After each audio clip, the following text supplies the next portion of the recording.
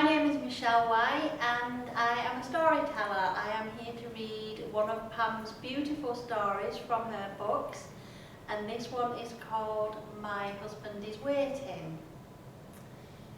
While I was looking through my book one day, I felt someone sit beside me asking quietly, "Can I please tell you my story?" The next thing I knew, I was listening to her story. She sat there by my side as I sat there waiting for the words to come through. My mind slowly relaxed. I felt her reaching to hold my hand.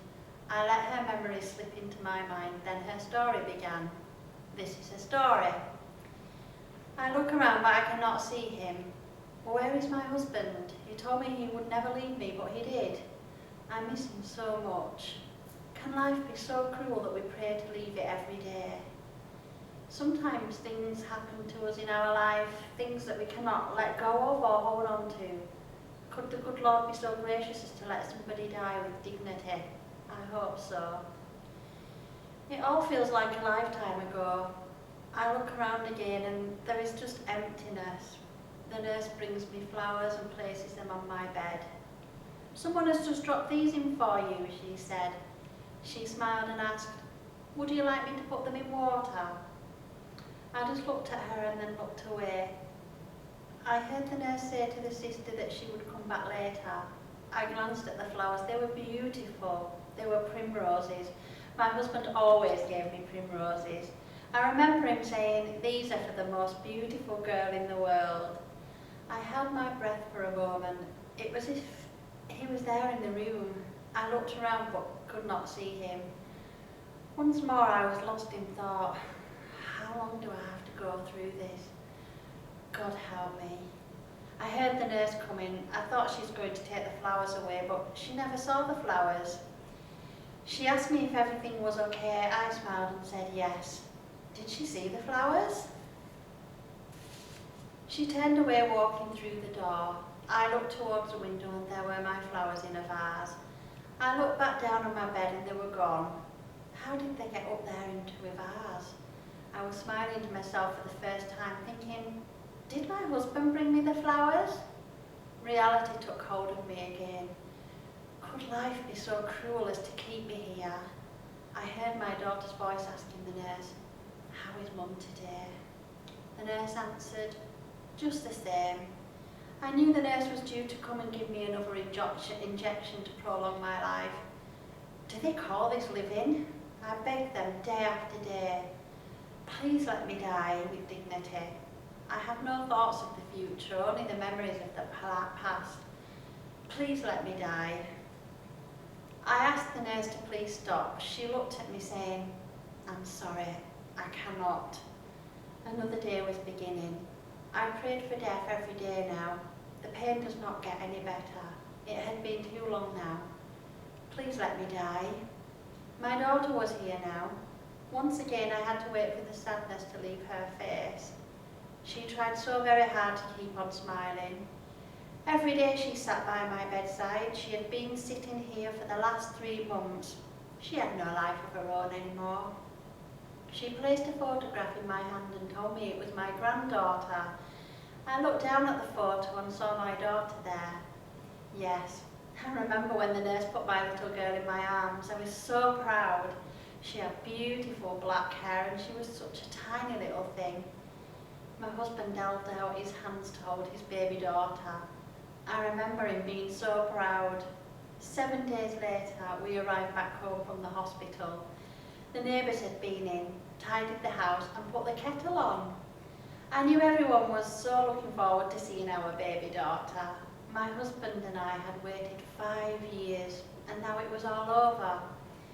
Once more I had to pinch myself to believe that I was finally holding my little girl. My husband worked very hard in the steel sheds. We lived in Sheffield. Work was now plentiful and for the first time we were enjoying life. My husband and I could not have any more children. We were so very grateful for our little daughter Kimberly. We had just bought our first car. My husband Ronnie took us all to the seaside, my mother, grandmother and of course Uncle Ben. We all had a smashing time, except for Uncle Ben. He had lost one of his shoes. He was very proud of his shoes. He had had them for 5 years. They were his best shoes. We all laughed and said, "Never mind, Uncle Ben, we will all put some money in the kitty and get you a brand new pair." He said that he had never had a brand new pair of shoes in his whole life. We all smiled. I remembered that things had been very hard in Uncle Ben's life. Then he said, "In fact, I have never had anything new before." Our little girl soon grew up. She did quite well in school. She never seemed to mix with the other children very well. She just loved being at home with her daddy. Ronnie said to me one day, "Why does our little girl not have any friends?" I looked at him and said, "She prefers to come home." I shrugged my shoulders and said, "She will find someone one day." Soon after that, she started to study. She desperately wanted to be a doctor. She found it very difficult to study and remember things. She said, "If I cannot be a doctor, then I will be a good nurse." My little girl studied for 2 years and then studied an extra 2 more years. In between that time, a new person came into her life. His name was Gary. Gary was very quiet, and my husband took an instant dislike to him. They were married in the spring, and my daughter looked so happy. 3 months later, she came home with a black eye.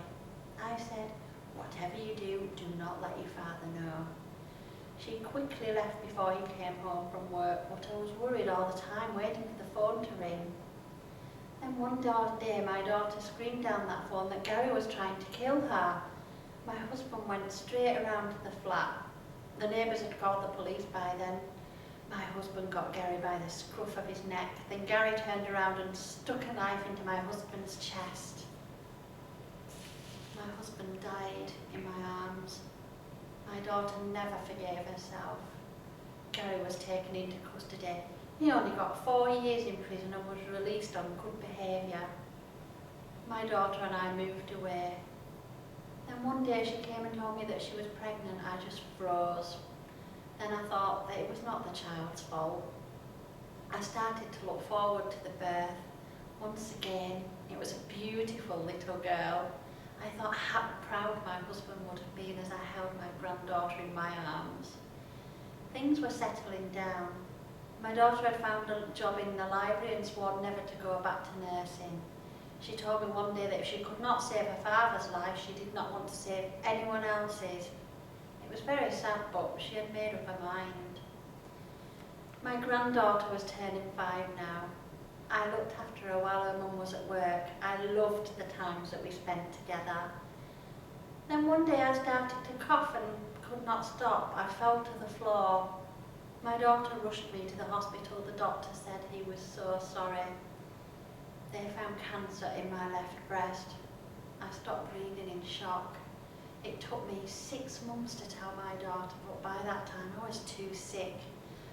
So here I am, lying in bed, and my daughter is sitting by my bedside.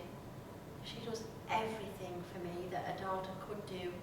She will not let me go. It is strange how things happen. Here I am holding my granddaughter's photo in one hand and my daughter's hand in the other. She is telling me how much she loves me whilst telling me that my granddaughter is up to today. As I look away, I can see my husband waiting. I thought, is he waiting for me?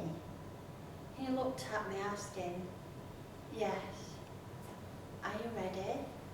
I said, "Yes," with all my heart, as I gently let go of my daughter's hand and reached out to hold my husband's.